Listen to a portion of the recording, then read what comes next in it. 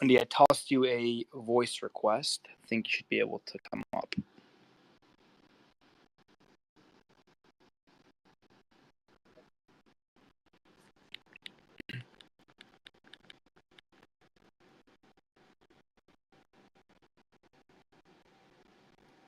Hi, can you hear me? Yes, can hear you loud and clear. Welcome, Wendy. Thank you so much for having me. Excited to hang out.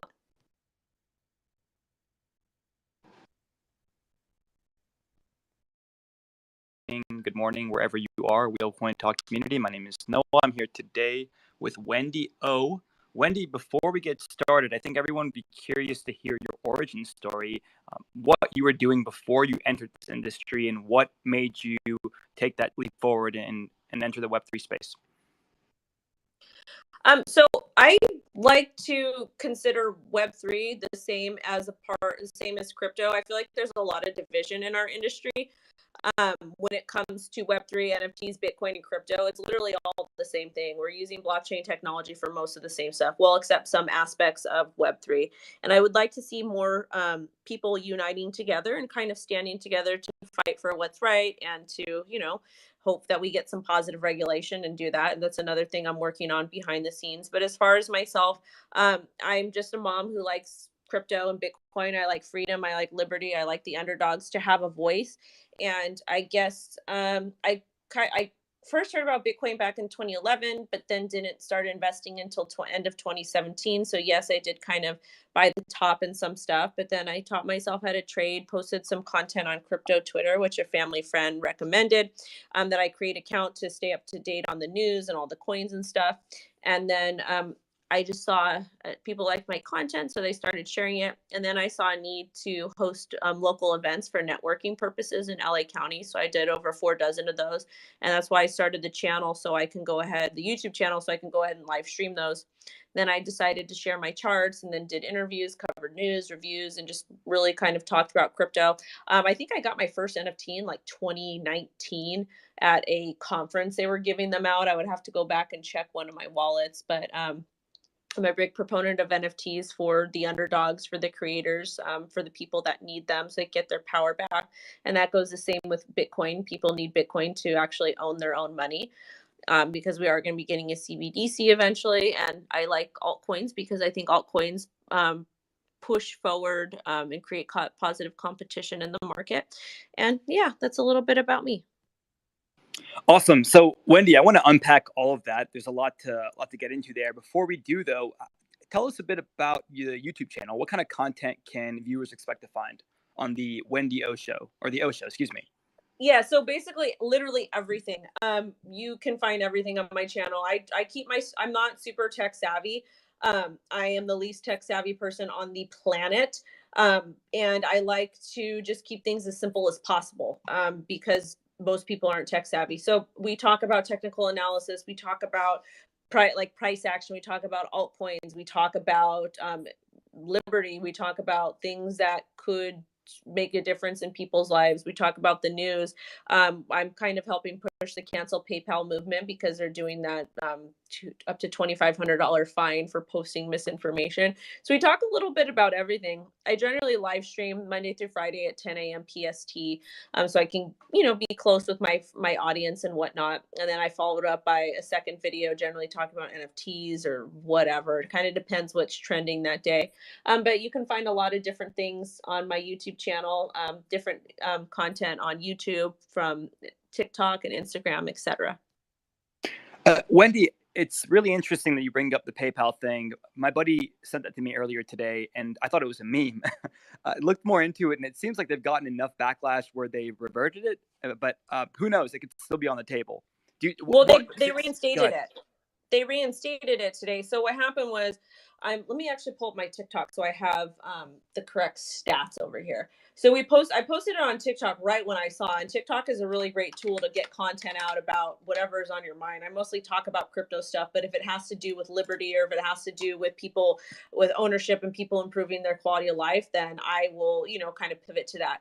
But I posted a video, first time my TikTok audience, what was happening, like, oh my God, PayPal wants to do this. That first video got 40,000 views. And then a couple hours later, PayPal. It was on a Saturday too, which is so super crazy. It got 40,900 views. And then the second video I did was a couple hours after that. Basically PayPal retracted what they were that fine for posting misinformation, and that one got 300,000 views. And we were still doing a call to action for people to opt out with Bitcoin, which can mean just go read Satoshi's white paper, like understand what this stuff is. Shout out to Tom Crown and Crypto Jack as well, amazing people. But yeah, and then that one got 30,000 views. And I want to talk about the comments. The comments, we got 1,048 comments, and probably 90% of them canceled their PayPal and Venmo, which was super important to me because I just want people to understand how scary it is for these people to have had to have control over your money and not give it to you just because you may post something on the internet that's misinformation. And this is important to note when we're talking about misinformation and freedom of speech. It's not up to you to tell me what I can say, and I can't tell you what you can and can't say. Yes, we can have difference of opinions. Yes, we don't have to agree with each other, but at the same time, like and again, I don't believe in bullying. Bullying is super wrong, but at the same time, like you can't really put a cap on speech. You really, really shouldn't. And that's what PayPal is doing. And they're basically going to punish. And if you read their terms of services, they're going to punish vendors. Like if you accept payment from somebody who may have said something nasty online, you can get hit with that too. And how are you supposed to know who you're accepting money from if you're a vendor that's selling like if you're a mom that's selling handmade bookmarks on Etsy, and somebody that happens to post something about a political person that PayPal doesn't like that doesn't make sense. That shouldn't happen. So that's why that's just so important. And this is why part of why I do what I do, because it's important for people to understand, learn about money, understand what happens with their money, understand that banks are big Ponzi schemes, and that we deserve to have access to our money and freedom and liberty whenever we want. Wendy, I agree with most of what you're saying, and I do believe that what we're seeing with PayPal is a very slippery slope. If I had to bet, I would say that other centralized platforms or centralized system of payment will follow suit. And I think it's important now more than ever for people to take a look at blockchain technology, but the right blockchain technology, right? The right solutions. And that kind of leads me to my next question for you. We believe at Whale Coin Talk that one of the big pillars and most important catalysts to mainstream adoption is education. And I'm curious to know what kind of work you're doing on the education end. You seem to be putting out a lot of great information on YouTube channel, on TikTok, through your newsletter, but would love to hear from your own words. Yeah, so I do a lot of different educational stuff. I'm big on social media, but I actually go out into communities. Like that's part of the reason why I hosted the 4 dozen free meetups. I also work with the local boxing gym that uses boxing as a form of mental health and therapy for inner city kids, because I grew up super poor, and boxing was kind of the only thing that helped. I've talked to them about Bitcoin. I've talked to them about crypto. We've been working for the last year to kind of get them a new facility. A bunch of drama happened with that. We have the new facility. We're going to start doing smaller meetups there, to where the kids can come in with their parents and we can talk about money. What is money? We can talk about Bitcoin. What is Bitcoin? What is hard money? We can educate them about personal finances and why it's important to, learn how to budget, learn about what banks do, learn about credit, learn about debt. And again, it's going to be very lighthearted. It's going to be basic information. I'm always going to reference like a reputable source like Investopedia. But we're also going to I'm going to have a friend to come in to translate in Spanish, because a lot of these kids' parents might not understand, because some of this stuff is really freaking complicated. So those are some of the things I do. I've got the free newsletter. It's 100% funded by me. And I let my writers talk about whatever they want. I got a guy that does TA. I got another really smart tech guy. They're really short, concise articles. They're like 200 to 300 words long, very easy to understand. And we basically just want to put out as much good information as we can. And one of the things that I always tell my audience is as to hear what I say, but don't listen to me. Get your information from me, from maybe Tom Crown, from maybe Crypto Jack, from, I don't care who you're getting your information from, but get it from multiple different sources, and then decide to yourself after the emotions have gone down, after you've calmed down a bit, like what this information means to you, and come up with your own narrative that makes sense for you. Because at the end of the day, my finances are different than yours, my beliefs are different than yours, and it's okay to have a difference of opinion, but at the same time, it's important to get your information from a lot of different sources and then come up with something that makes sense. Absolutely. Get your own plethora of information and then make your own educated guess. Love that. Wendy, you said before that TA is math backed, and a lot of the content you put out is technical analysis, predictions, forecasts. I'm kind of on the fence with respect to TA. I've seen a lot of big TA, prominent TA figures in the space on YouTube make sometimes egregious calls and be dead wrong and lose their followers a lot of money. Not putting you in that category, but I'm curious to know how long you've been studying TA, how reliable you find it to be, and just your general thoughts on technical analysis. So when we talk TA on my channel, I used to post on Twitter all the time, but people are so silly now and they get so mad about all these ridiculous little things. So I just don't even really post on Twitter because it's not worth my time. I post on YouTube, and with YouTube, I can explain, hey, I think this, or I think that, or I want to do this, or I want to do that, etc. So I think, sorry, I was reading a text message from somebody. I think, and again, technical analysis is math back, and technical analysis doesn't mean that your prediction is going to come to light. It doesn't mean that. It basically means you've done your due diligence. You've looked at different indicators. You've looked at different things in the market. You're looking at fundamental analysis. You have a trading or investing journal. You're indicating why you think that this could happen, and then you make a decision based on that. Some people don't use technical analysis, and that's fine. Some people use market sentiment. Some people use the moon. There's different things that people do.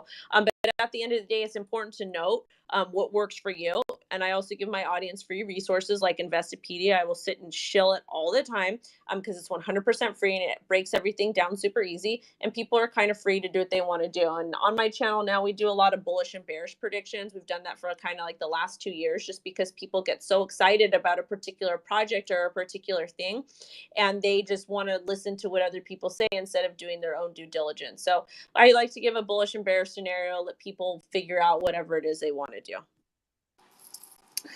So I mentioned we obviously talked about your TikTok channel, your YouTube channel. You also have a newsletter. I mentioned that briefly. Can you give us some more insight into the type of content that you publish in that newsletter? Yeah, so I leave it up to my team. I've got 2 guys that write for me. One does technical analysis, and he correlates some of the market stuff some of the potential price movements. In the article, he does a bearish scenario and a bullish scenario, which I think is fair. He also aligns it sometimes with the news story. And then I've got another guy and he'll do like Bitcoin and Ethereum updates because those are the biggest coins. And then I've got another guy, super tech smart. He just writes about things that are exciting to him in crypto. He gets very technical. If there's a project he likes, he breaks down the tech behind it. Or if he lets ZK rollups and he wants to explain that, we did a 6-part series on NFTs, him basically explaining it. So it kind of depends what's trending in the market or what my audience wants us to talk about. But I kind of let my writers have free reign over what they want to talk about, because I don't want to really censor anybody, and I want them to write things that they're passionate about. However, there are some times where I'll be like, oh, we need to write about self-custody, or we need to write about this that's happened that maybe help somebody learn like how to use a ledger or how to use Arculus or whatever it is. So it kind of depends. But again, these are all archived on my website. I think we have like 200 plus articles that are 100% free. And I'm a firm believer in people spending 10 minutes every day using self-education. And that basically means that instead of Netflix and chilling or dicking around on the internet, that you actually spend 10 minutes of your time Googling things and reading up on things that interest you, that can help improve your mind and expand it. Because at the end of the day, the more knowledge you have, the more well-versed you're going to be in whatever it is you're interested in. And then that makes you make more intelligent decisions. And that might even just be self-help or meditation or therapy or Bitcoin price. I don't know, whatever it is you're interested in. But I don't think there's a wrong way to, or a bad, I don't think educating yourself is bad in any way, shape, or form. Couldn't have said that better myself, Wendy. But before we move on from the social media content, I have a question myself. I'm not too active. I'm not on TikTok at all, but I've been hearing more and more that there's great crypto content on TikTok. So as a creator on both YouTube and TikTok, what do you find to be the more lucrative aspects of TikTok? I know there's short format videos that you can just post and take a lot less time to edit, but what kind of demographic, what kind of feedback are you getting on TikTok? So with TikTok has a lot more less experienced investors, which is great because I'm able to give them resources like Investopedia, or I can be like, hey, go listen and go watch my friend Crypto Jack. He's super well versed in traditional markets and into like and trading. What is a smart contract? What is an NFT? And I'm able to use news stories in a super fast, super concise format and get that information out. Because right now, TikTok SEO, people are using it as opposed of um, they're using it as opposed to going on like Google and using Google SEO. So it's just a really great platform to get information out. Like again, today I posted another video about the cancel PayPal movement. And I'm not a big cancel culture person. I think cancel culture is freaking stupid. But I do think that when we're talking about having our rights infringed on, we do need to get that information out and let people decide on their own what they want to do. Wendy, I know you have to go here in about 15 minutes, so I'm gonna skip over some of my questions and get straight to the market. What are your thoughts on the current state of the market? Do you believe we're going to go lower? Do you believe we reached the bottom? Give us some insight, please. So as far as the current market goes, I don't think we've seen the bottom yet. I think that we've got a bit more time to go. So before we see about $10,000, I know a lot of people are super excited because they're seeing a lot of euphoria, but at the same time, I think that we should be patient and just be very, very cautious. We have another one year and 200 days to go before Bitcoin mining or Bitcoin halving happens. Bitcoin is still operating on a 4-year cycle. So I think people should kind of pay attention to that. But at the same time, you just need to indicate it in your investing and trading journal and then make a decision based on that. But again, it's always important to have a trading or investing journal with the bullish and bearish scenario. What do you keep in your trading and investing journal for those that don't keep one? So for the trading investing journal, it kind of depends. Like, what do I feel about the current market? What do I, am I going to enter into a trade? Like, when do I take profit? How much capital? Why I'm entering? My technical analysis. Like, does this make sense? Maybe current events in the news. And so I like to jot all of that stuff down. But for different people, they like to use different things. So again, it's really kind of up to the person. And also, too, the Investopedia has got a lot of really great resources on different aspects of a trading journal and what you should have there. I also don't like to tell people exactly what they should have because, again, like my investment strategy is going to be different than theirs. Thoughts on the future of Ethereum? Thoughts on the implications of the merge? And is Ethereum a security or not? I kind of already know your answer, but I would love to hear it in your own words. Yeah, so I don't know if hold on. I gotta do something. I gotta do something right now. No, but so as far as Ethereum goes, hold on one quick second. Sorry. Take your time. We'll be here.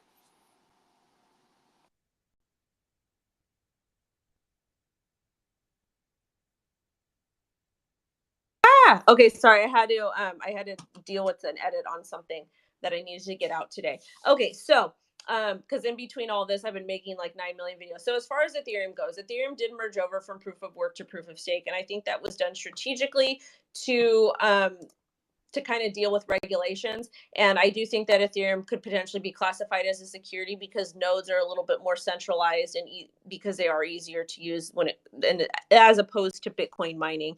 But again, when it does come to Bitcoin, I still think it will get hit by regulators because they are they're creating this narrative that they do think that Bitcoin is bad for the environment. Yeah, and that's a can of worms that I'd be glad to unpack. But again, for time purposes, we'll move on. Which crypto? I mean, I know that you're bullish Bitcoin, and would be curious to know which blue chips, which altcoins are you trading? Are you DCAing into? Are you bullish on going forward in the next 4 to 8 years? So 4 to 8 years is too long for me to really comment on because crypto moves super fast. And if 1 to 2. Okay, 1 to 2. Well, it kind of depends with the bear market. We're in the midst of a bear market, so I'm being immensely cautious. I am paying attention to different layer ones. I am paying attention to NFT projects that also incorporate GameFi. That I'm not talking about the 10,000 generative pieces. I'm talking about some of the ones that actually have real utility and that can help real creators like artists and musicians and whatnot. Because a lot of times people don't pay attention to that. They just want to get in and get out. So NFTs, GameFi, DeFi, I mean, these all have a bright future, in my opinion. I'd be curious to know which sector of the industry you can see popping off the next bull run, whenever that is. The next bull run is going to 100% be about NFTs. In my opinion, that's what it's going to be. And I think that we should pay attention to Web3 and metaverse type of stuff. And again, pay attention to stuff that has valid utility. A lot of people are just super interested in the generative pieces, and that's all great, fine, and dandy. But at the same time, you have to look at longevity for this type of stuff. I also really want to pay attention to ZK rollups. Those should not be faded. They're actually going to probably help Ethereum and whatnot. So I don't know. I think that it's just important to pay attention to a lot of the different stuff that's being the newer things that are coming into the space that can really disrupt and cause a potential cause more competition in the market. Anytime you have competition in the market, it forces the people that have been here longer to do better. I couldn't agree more. ZK rollups will probably end up with a W over optimistic rollups. Wendy, you touched on CBDCs earlier in the AMA. I want to hear your thoughts on them. Are they inevitable? What can we do to kind of resist? Tell us more about that. So I work with an organization. It's actually in my bio. I'm not getting paid to work for this organization, but it's called the DCTA. It's the Digital Currency Traders Alliance, and it's 100% nonprofit. And it's the people that started it actually lobbied to help get positive marijuana regulation come into play in California, which is why we have marijuana is allowed in a lot of parts in the United States or some parts of the United States. But basically what these guys do is they're going to go ahead and listen to your questions, comments, and concerns and bring it up to different people that they know in the political industry. But a CBDC is a 100% big threat. I would be very, very cautious. I would be very, very wary. And I would also be really careful what these guys are trying to roll out. It's going to be scary. They're going to make it to where transactions aren't immutable. They're going to be able to halt your money essentially. And I know that some people are like, oh, she might be a conspiracy theorist and blah, blah, blah, blah. But I don't know. We saw PayPal come out with this silly $2,500 fine. So why don't you think that's going to, I don't think that it's going to, I think it's going to be, I don't know, it's kind of scary in my opinion. Before you go, give us some insight into the Digital Currency Traders Alliance. Yeah, so the Digital Currency Traders Alliance, and sorry guys, I'm doing a couple things at once right now because I do have to get my daughter at some point from school at some point today. But as far as the Digital Currency Traders Alliance, the reason why I decided to partner with them and to give my time is because I want to be able to make a difference. I have a platform of over 777,000 globally between Twitter, IG, YouTube, TikTok, the newsletter, and I don't even know what I have on Facebook. But I feel like if I have a platform of this magnitude, I should raise money for organizations that matter to me. We've raised money for the Self-Care Lab in Pomona. We've raised money for the House of Ruth. And now I'm, helping the digital currency, the DCTA, get members so that we can help push positive regulation, because at the end of the day, these people in power, the public servants, they're supposed to work for us and listen to us, and they aren't doing it. So we gotta do something to help, in my opinion. I want to be cognizant of your time. I know you have to go pick up your daughter, and we really appreciate you being with us today. If you could leave our audience with 1 or 2 nuggets of wisdom, maybe even 3, people that are just getting into the space, people that have been here for 4 years, people that are not leaving, they're staying, they're building, but leave us with a bang, Wendy. Oh, so the best thing that you can possibly do in this industry to better yourself is to network. And then I'll give you a second thing that you can do too. And a lot of people might think, oh, well, networking, that's not super fun. Right now, we're in a bear market. A lot of people don't have anything other to do. The markets are kind of just being stagnant. There's not a whole lot happening. Like, you guys are super lucky because, like, way back the other bear market, we didn't have Twitter Spaces. Like, we would sit on Twitter all day and scream and yell at each other. We didn't have Twitter Spaces. This is such a great vehicle and platform to get to know people, to hear what they say, to host your own spaces. If you're somebody who wants to get in the industry or work in the industry, the best way to do it is going to crypto events. And if you can't afford to go to crypto events, there's no reason why you shouldn't be on Twitter Spaces or networking, popping in Discords, talking to people. Obviously, don't give them your private seed phrase or any of that information, but you should be networking and chatting with people. It's going to really help boost you and get your brand out there, your name out there. And maybe you don't want to, like, and I'm not saying to become an influencer. I'm talking about like going and working for a company, etc. There's a lot of really cool things that you can do. You just have to put yourself out there. A second thing I recommend people do is taking 10 minutes of their time to educate themselves. What does that mean? That simply means going and reading my newsletter, going and reading Bitcoin white paper, whatever the actual heck it is. But basically, you want to go ahead and continue to educate yourself. Maybe you don't know what immutable means. Maybe you don't know what a CBDC is.